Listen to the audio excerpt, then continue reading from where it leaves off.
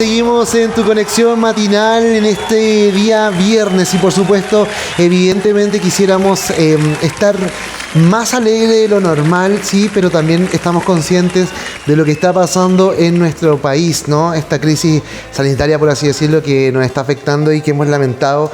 Cata, el fallecimiento de lactantes sin duda nos ha impactado. De todas maneras que sí, Panchito, es una situación crítica que se está viviendo a nivel nacional, pero también tenemos mucho que reflexionar al respecto de cómo nuestras autoridades también han ido formando parte de este proceso que al menos me atrevería a decir que es primera vez que tenemos noticias así. Claro, o sea, evidentemente tras la pandemia, hoy día esto se ha incrementado, lo hemos visto, ¿no? Era algo con bastante sentido común, entendíamos que podía pasar, ¿no? Sin ser experto en el área de salud, pero bueno, sí hay personas expertas que sí se manejan evidentemente más en estos temas y también tienen una mirada bastante crítica.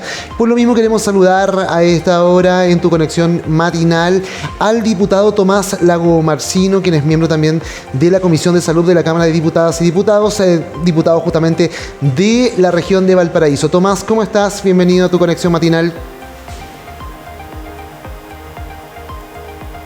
No te escuchamos, Tomás. Vamos a chequear el sonido para poder... justamente para poder conversar. Exacto. Con el diputado, ¿no? Qué importante tener, evidentemente, la visión del más siendo Tomás Lago Marcino médico, ¿no? Por eso es tan importante justamente... Ahí debería escucharse. Tomás, ¿cómo estás? Ahora sí. Perfecto. Muy buenas tardes, muchas gracias por la invitación para hablar lamentablemente de este sensible tema. Exactamente. Así es, un sensible tema que obviamente nos ha tocado vivir de diferentes aristas, sobre todo ahora que, bueno, lamentamos profundamente el fallecimiento de lactantes, no solo de Mía, sino que hay diferentes casos también a lo largo de nuestro país. ¿Era algo que se podía haber, digamos, en algún momento tomado acción preventiva? Bueno, en esto hay que ser súper claro y enfático. Se han tomado medidas por parte del Ministerio de Salud y la Subsecretaría de Redes Asistenciales, sin embargo, estas han sido insuficientes para la magnitud y el tamaño de la crisis que se está viviendo en la actualidad. Por cierto que aquí siempre va a haber un responsable, que es el Ministerio de Salud a través de su Subsecretaría de Redes Asistenciales principalmente, que es la que tiene que prever adecuadamente cuál va a ser la demanda de camas básicas, intermedias y críticas pediátricas en el contexto de una respectiva campaña de invierno. Y las estimaciones que hicieron lamentablemente las autoridades de dicha cartera no estimaron, más bien subestimaron la magnitud del brote epidémico de virus sincicial que se está viviendo. Porque aunque el día de hoy, hasta hace 2 días atrás, según datos del mismo ministerio, teníamos 67 camas críticas extra a nivel nacional pediátrica y 127 intermedias pediátricas extra. Claramente esos números son insuficientes y, por cierto, que en el más corto periodo de tiempo las autoridades del ministerio tienen que ser capaces de empujar tanto al sector público como al sector privado para reconvertir camas adulto a camas pediátricas, lo cual es una estrategia de ampliación y a la vez una estrategia de complejización de camas, es decir, las camas intermedias que están actualmente, transformarlas en camas intensivas. Ahora, Tomás, te quiero llevar al punto de vista más político, ¿no? Hace muy poquito justamente se conoce una información que las bancadas de oposición, ¿no?, estarían pidiendo a través de una carta al presidente Gabriel Boric la renuncia justamente del subsecretario de Redes Asistenciales. ¿Cuál es tu mirada frente a este tema? ¿Da para generar quizás solicitar una renuncia frente a los últimos hechos que hemos conocido en cuanto a la gestión? Y por otro lado, también conocemos también la mirada de los mismos funcionarios de Redes Asistenciales que estarían respaldando la gestión de la ministra Aguilera. Bueno, yo diría, para ser bien claro, que la renuncia del subsecretario de Redes Asistenciales no contribuye en nada a mejorar la situación que se está viviendo el día de hoy. Cuando estamos hablando de salud, no hay que tener colores políticos, porque los lactantes no son de izquierda, no son de derecha, son niños. Exacto. Y niñas que necesitan de la colaboración de todos para enfrentar este brote pandémico en cuanto al virus respiratorio sincicial Y claramente el último responsable es el Ministerio de Salud a través de su subsecretaría de redes asistenciales. En ese tengo que ser enfático. Y llegado el momento, y superando por cierto la crisis, no me cabe duda que tendremos que cursar todas las responsabilidades, sean políticas, administrativas e incluso me atrevo a decir penales. Sin embargo, en medio de esta crisis no se necesita pedir renuncia, se necesita colaborar integradamente. Exacto, y es por ello que yo veo con... Sí. Sí, pero por ejemplo, entendemos perfectamente, evidentemente la renuncia o la solicitud de renuncia de una autoridad evidentemente no es la solución, pero también está el rol de las autoridades en hacer la pega, como se dice en buen chileno. En ese sentido, tú también hiciste una crítica a la misma Seremi de Salud, justamente de la región de Valparaíso, donde se le ha visto bastante poco. Más bien yo diría que no se le ha visto nada, diría yo. Han sido los directores tanto del Servicio de Salud Viña del Mar Quillota por el fallecimiento de 2 lactantes en el hospital de Quilpué y del director del Servicio de Salud Valparaíso San Antonio por el fallecimiento de una lactante en el hospital Claudio Vicuña de San Antonio, quienes han estado justamente dando la cara y haciendo un esfuerzo significativo para reconvertir camas, ampliar camas pediátricas y complejizarlas también.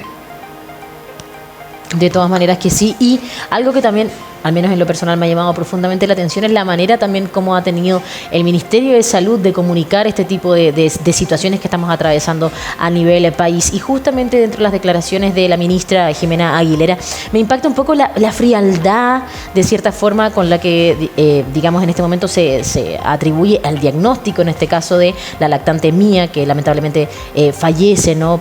Quizás faltó ahí una empatía con respecto a las familias que también están atravesando situaciones similares. ¿Qué opina usted al respecto?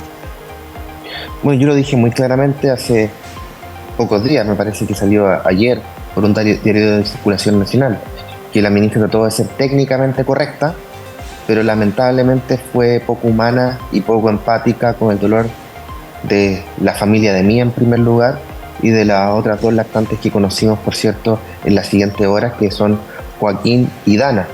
Al menos yo he tenido la oportunidad el mismo día miércoles, en la noche yo me reuní con los familiares de Mía en Algarrobo, de donde son oriundos, y de Joaquín, que es el lactante de 9 meses que falleció el 22 de mayo en el hospital de Quilpué.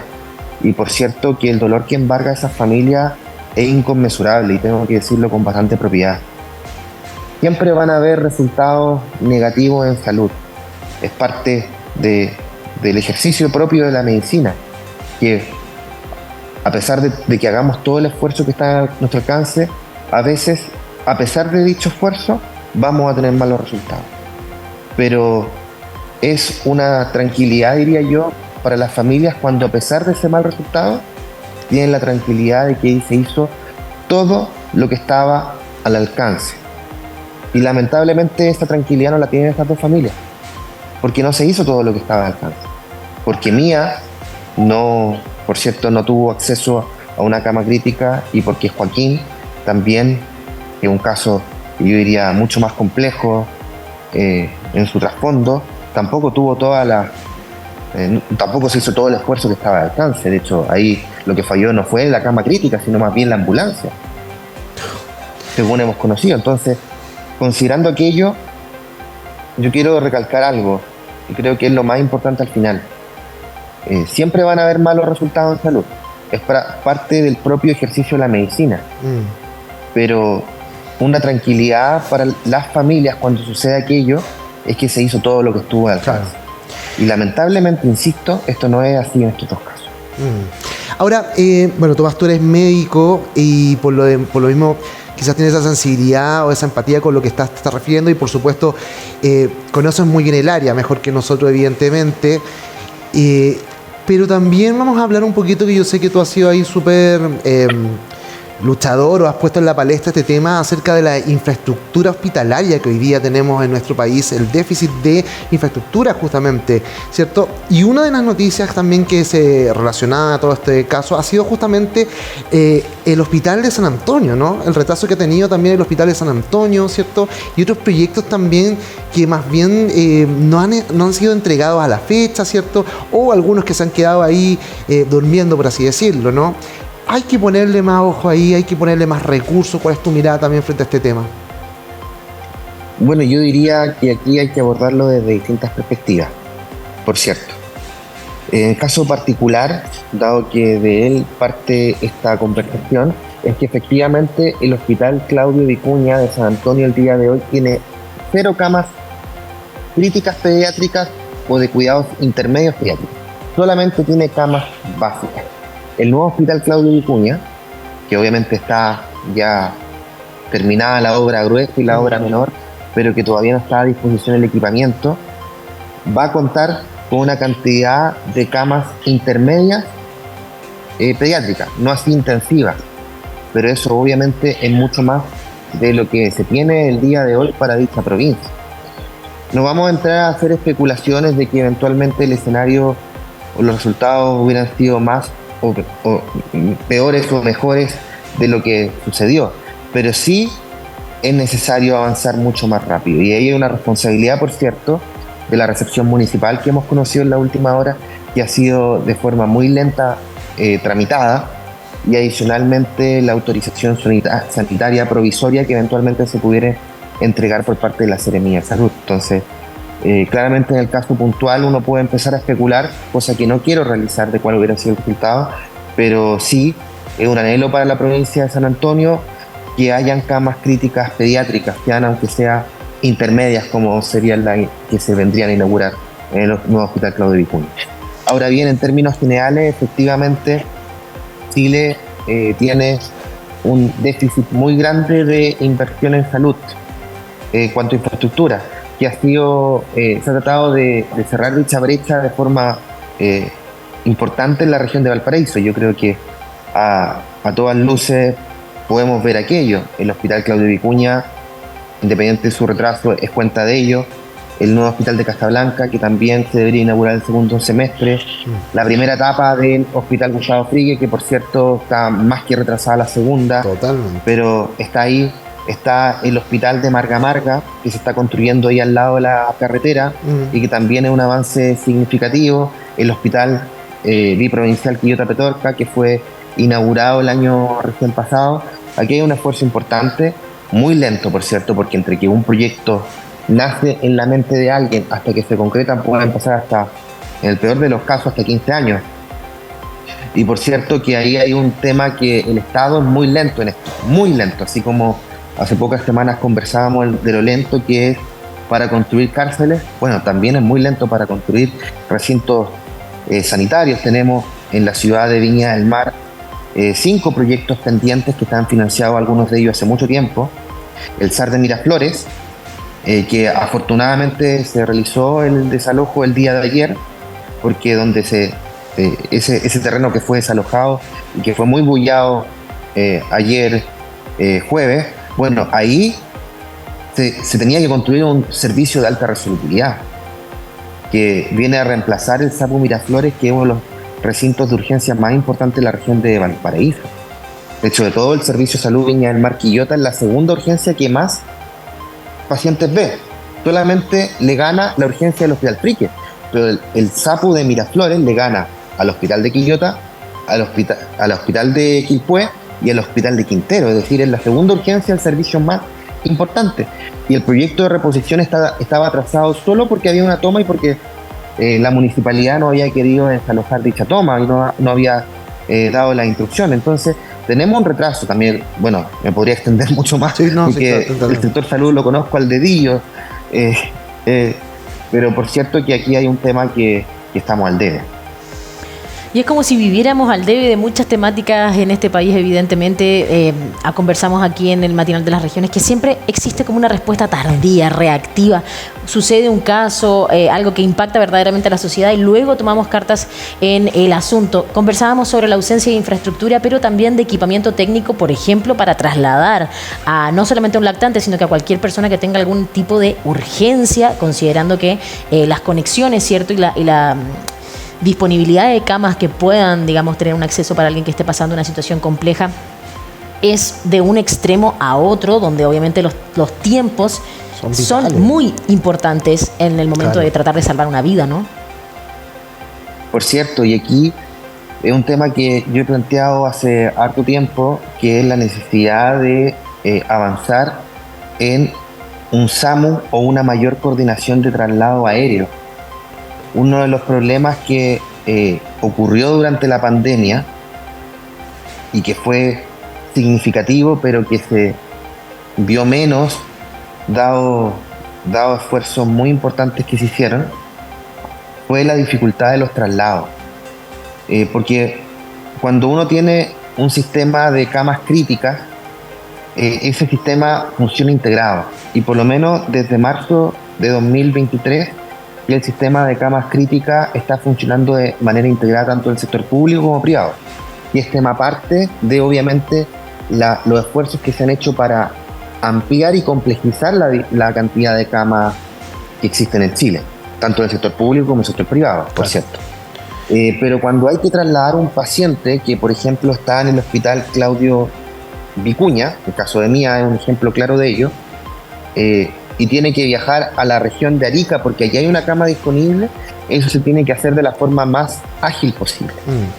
Y por lo que yo he tomado conocimiento, una de las cosas que dificultó fue justamente porque hay que contactar una empresa externa al hospital para que haga el traslado aéreo, lo cual significa que una ambulancia iba a venir a buscar a la paciente al hospital, la iba a trasladar al aeropuerto de Pudahuel y del aeropuerto de Pudahuel la iba a llevar a Arica y de Arica otra ambulancia hasta el hospital de Noé de la región de Arica. Eso para un recinto hospitalario es complejísimo de coordinar, producto de que tiene que hacerlo con empresas externas. Hay varias empresas privadas disponibles para hacer traslados aéreos, pero que primero que todo sus costos son elevadísimos, por cierto, y que muchas veces no están disponibles. De hecho, ayer, después de que lamentablemente Mía falleció, esa cama que estaba disponible en Arica se disponibilizó para otra paciente que estaba hospitalizada en el Hospital Roberto del Río de la región metropolitana. Y que también al mismo Hospital Roberto del Río, según información que me llegó, le fue muy complejo coordinar dicho traslado, porque la misma empresa que habían consultado el Hospital Claudio Vicuña tenía el avión malo, según información que me ha trascendido, y que hay que conseguir el piloto, los equipos, es decir, ahí falta una coordinación tremenda. Muchos hospitales de nueva generación tienen ya helipuertos, que muchos de ellos están certificados y aprobados por la DGA, la Dirección General de Aeronáutica Civil. Pero, ¿usted ha visto alguna vez un helicóptero de SAMU?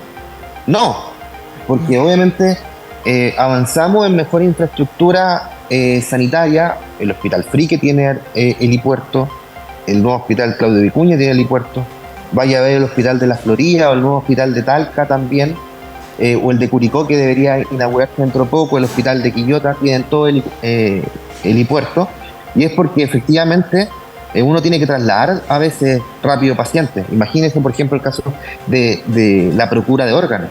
Claro. Un paciente que tiene que recibir una donación de órganos. Ahí hay un tema pendiente en el cual tenemos un SAMU a nivel nacional que ha avanzado mucho para los traslados de pacientes, pero que también hay que seguir complejizándolo, por cierto, y hay que seguir haciéndolo más robusto, sobre todo para estos casos.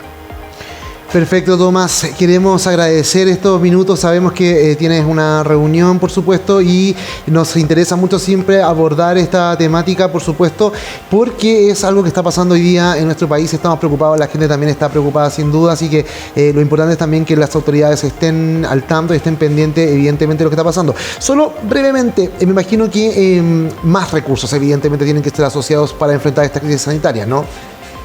Hoy día se espera más recursos para poder, en el fondo, de alguna forma, sobrellevar esta situación, claro. ¿Cierto? O sea, lamentablemente todo se traduce en dinero, más dinero para comprar equipamiento, para contratar servicios, para contratar personal, para pagar hora extra, por cierto. Y aquí no hay que escatimar en recursos. Cuando hablamos claro. de lactantes que tienen que, en pocos minutos, se baten entre la vida y la muerte, hay que tener todos los recursos disponibles porque, y con esto termino, las características clínicas de un paciente pediátrico son muy diferentes a la de un paciente claro. adulto. Hay un viejo dicho en medicina que dice, los niños no son adultos pequeños, sino que tienen otro equipamiento, otro enfrentamiento clínico, tienen otros medicamentos, otra forma de tratarlo. Y una de las cuestiones más significativas es que los pacientes adultos, cuando tienen cuadros respiratorios, se van deteriorando progresivamente, es decir, van cayendo de a poquitito y uno los ve obviamente cayendo, pero en cambio los pacientes pediátricos aguantan y uno los ve obviamente con un esfuerzo respiratorio muy importante, pero de un momento a otro se agotan y ahí entran en paro cardiorrespiratorio. Y si es que tú no tienes todas las condiciones para que en ese momento, cuando ya se agotan, para intubarlo y trasladarlo y tenerlo en las mejores condiciones, con drogas vasoactivas, con una cama intensiva, con el equipo adecuado, porque yo soy médico, yo me he dedicado siempre a médico adulto, y por ejemplo instalar un catéter venoso central en un adulto es complejo, pero en un paciente pediátrico es una locura. Entonces, si no hay el personal capacitado, los equipamientos y todo en este momento que el paciente pediátrico se agota y entra o va a entrar en los próximos minutos a paro cardiorrespiratorio, bueno, sucede lo que hemos visto, por cierto. Claro.